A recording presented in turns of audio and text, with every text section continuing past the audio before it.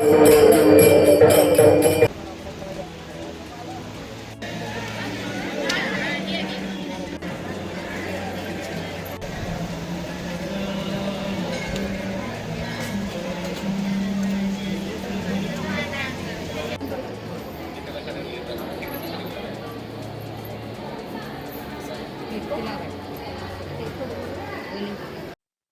वारी आहे माझे घरी, आणि कन करी तीर्थ व्रत.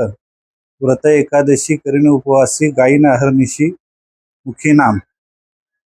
जगद्गुरु तुकाराम महाराज म्हणतात, माझ्या घरची ही वारी आहे, त्याच्यामुळं मी हीच आणि हीच वारी करेन आणि व्रत करेन ते एकादशीचं करेन. तुकाराम महाराजांच्या प्रमाणेच आमच्याही घरची ही वारी आहे.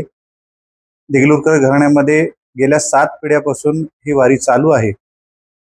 आमच्या घराण्याचे मूळ पुरुष सद्गुरू श्री गुंडा महाराज, त्यांना भगवंतांनी साक्षात्कार दिला आणि त्यांना आज्ञा केली पंढरपूरला चातुर्मासासाठी यावं आणि रोज नित्यानं महाराजांनी जे निर्माण केलेलं श्री चक्री भजन आहे ते सादर करावं.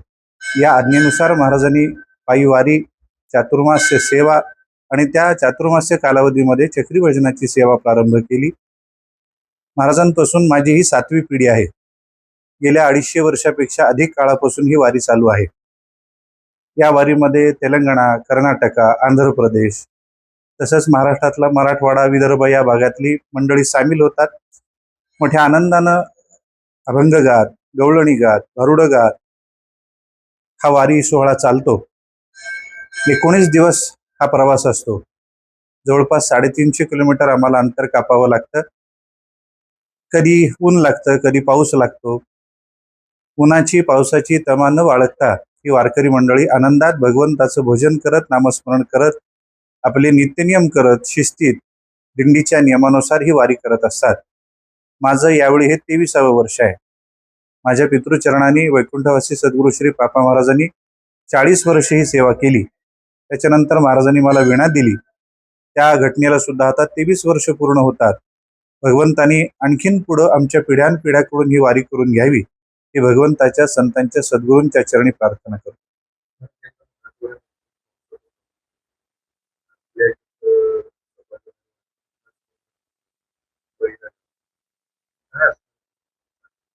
भगवंताला हे साकडं आहे. आमचा जो बळीराजा आहे तो कायम सुखी झाला पाहिजे, कारण तो सुखी असेल तर जग सुखी राहील. कारण अन्नदाता तो आहे. अन्नच जर पोटात गेलं नाही तर जसा प्रपंच होत नाही तसा परमार्थही होत नाही. भजनासाठी, पूजनासाठी, सगळ्याच गोष्टीसाठी पोटात अन्न असणं हे गरजेचं आहे. कारण कलियुगामध्ये प्राण हे अन्नमय आहे. इतर युगामध्ये, काही युगामध्ये काळ अस्थिगत होते, प्राण अस्थिगत होते.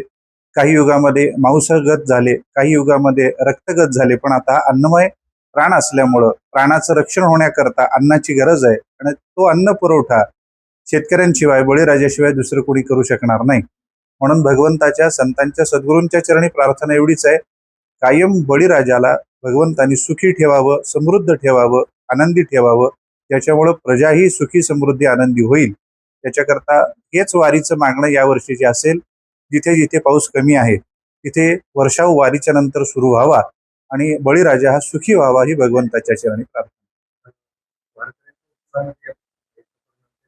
अजिबात नाही. वारकरी कुठल्याही दुःखाला अगदी आनंदाने सामोरे जातो. ते आध्यात्मिक दुःख असू द्या, अधिदैविक असू द्या, अधिभौतिक असू द्या. आता हे आवर्षण म्हणजे अधिभौतिक दुःखाचा प्रकार झाला. त्या कुठल्याही दुःखाचा प्रकार समोर आला तरी सुद्धा काही वेळेला वारकऱ्यांना चालत असताना शारीरिक इजा होतात, काही वेळेला दैवी प्रकोप होतो, काही वेळेला भौतिक गोष्टीची अडचण येते. पण कुठल्याही दुःखाची तमा न बाळगता ते वारकरी मोठ्या आनंदाने ही वारी पूर्ण करत असतात.